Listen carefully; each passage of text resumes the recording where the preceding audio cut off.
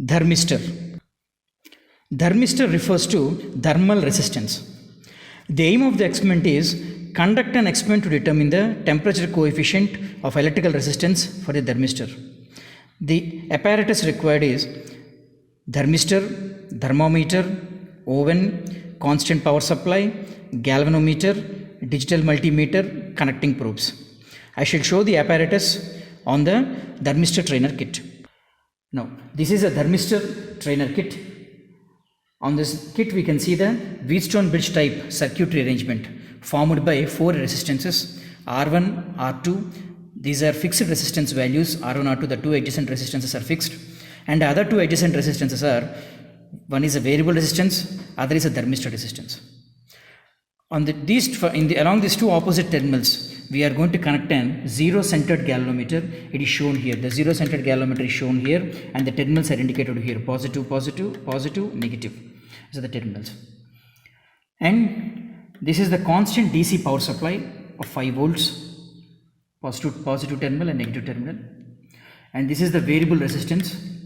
The range of resistance is 0 to 1000 ohms. This is the range of resistance. And this is the oven in which the thermistor is inserted, and these two refer to the terminals of the thermistor. And this is the thermistor, this is the thermometer for measuring the temperature, and this is the temperature controller. This is the digital multimeter. From this we are going to measure the variable resistance and the thermistor resistance value. These are the connecting probes. Measure the resistance value along this terminal, along the adjacent arm of this Wheatstone bridge by using a multimeter, and also the resistance of the other adjacent arm again by using a multimeter. Or you can do that by using the color code mechanism as shown here. By the color codes are given for each resistance here. By using this color codes also you can determine what is the resistance values. Now we shall complete the circuitry arrangement. Now first I will include the power supply. This is a plus 5 volt terminal. This is the given to the 5 volt terminal of the battery. This is the where negative terminal of the battery should be included, and I have given here the 5 volt power supply. I have finished here the power supply connections. Now I shall include the galvanometer. I am connecting the positive terminal to positive terminal of the galvanometer, and this negative terminal of the junction to the negative terminal of the galvanometer. Now resistances have no terminals actually, that is why we can directly connect. So here I am giving including the thermistor along this adjacent arm of the circuit. I will include the variable resistance along the other adjacent arm of this.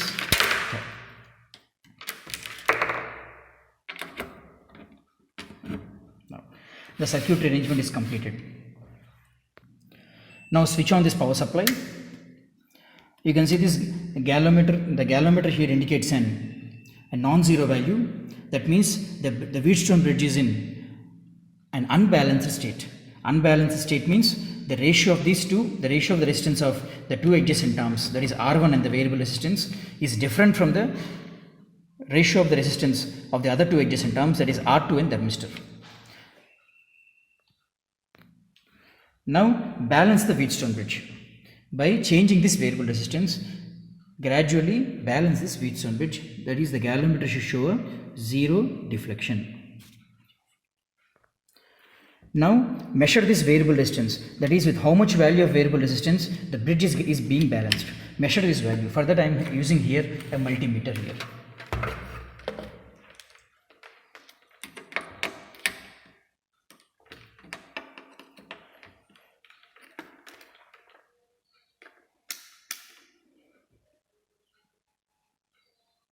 Right. The value of the resistance is found to be around 750 kilo ohms. Sorry, the resistance is found to be 266 ohms, that is at room temperature. Remove this multimeter probes and include the variable resistance again. Now what the variable resistance value by which the bridge is being balanced is at room temperature. For sample I have shown the room temperature measurement here, and the variable resistance by which the bridge is balanced at room temperature is 266 ohms. Now that is the room temperature value, that is around 30 degrees centigrade. The variable resistance by which the bridge is balanced is 266 ohms. Now switch on this oven and slightly increase the temperature control. Now what happens is, now the temperature of this thermistor is going to gradually increase. Initially from room temperature of approximately 30 degrees centigrade, this temperature of the thermistor is going to gradually increase now. Once the temperature is reached about 75 degrees centigrade, around 75 degrees centigrade, just simply switch off this oven.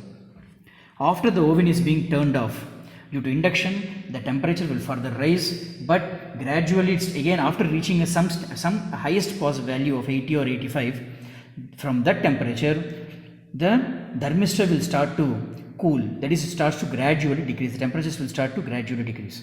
Now in our observation table, we have to record what is the variable resistance value with which the bridge is balanced at different temperatures, that is starting from 75 to 35 degrees centigrade. That is, we have to record the observations during the cooling cycle of the experiment.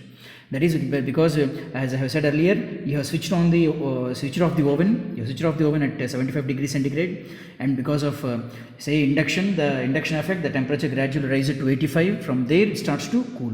On cooling, when the temperature has reached a 75 degrees value, now simply balance the Wheatstone bridge.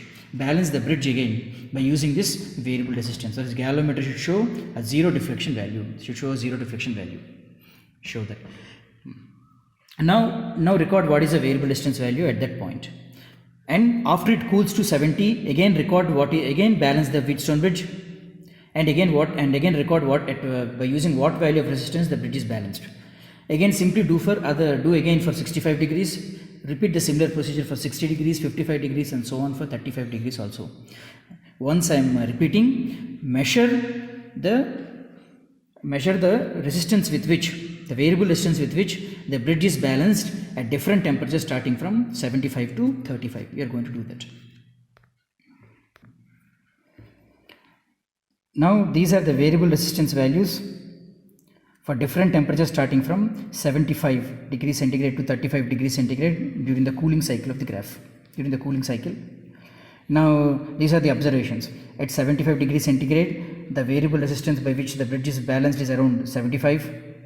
Similarly, for 70 degrees centigrade, it is around RV is about 89 degrees centigrade. For 65 degrees centigrade, RV is about 106.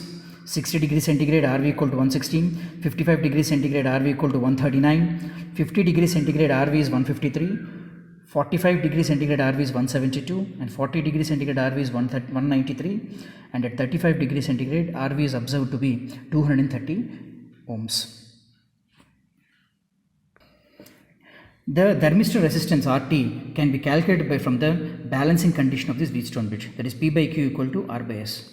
So from our circuit diagram, we observed that we have seen that P refers to R1 in the circuitry arrangement, and R refers to R2, Q refers to variable resistance RV, S refers to RT. Now R1 and R2 are measured by using the multimeter. The values are being measured by the multimeter, and RT can be determined by the relation RT equal to R2 by R1 into RV. This relation can be used only in the during the balancing condition of the bridge, because all the observations are recorded during the balancing condition only. That is when the zero-centered galvanometer shows a zero deflection. Now RT can now be obtained as 3 RV, because R2 is found to be 3 times of R1 from a multimeter measurement. Hence RT is close to 3 RV.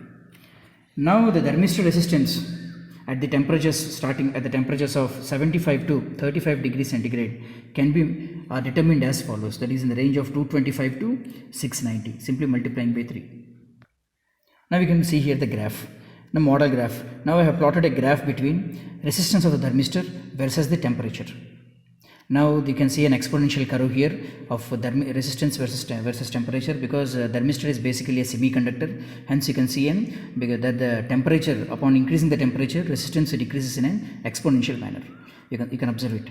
Now from this, now we are going at different temperatures. That is from 35. That is starting from 35 to 75. Plot the corresponding resistance values and join all the points by using an exponential curve. From this curve, take any two temperatures of your choice, that is random values of two temperatures from the graph can be taken. One is T1, small t1, other is T2. Now find out what is the resistance corresponding to temperature T1 from the graph, and find out what is the resistance of the thermistor at temperature T2 from the graph. Now, substituting the values of R1 and R2, the resistance values of the thermistor R1 and R2 corresponding to temperatures T1 and T2 in the formula, we can calculate what is alpha. In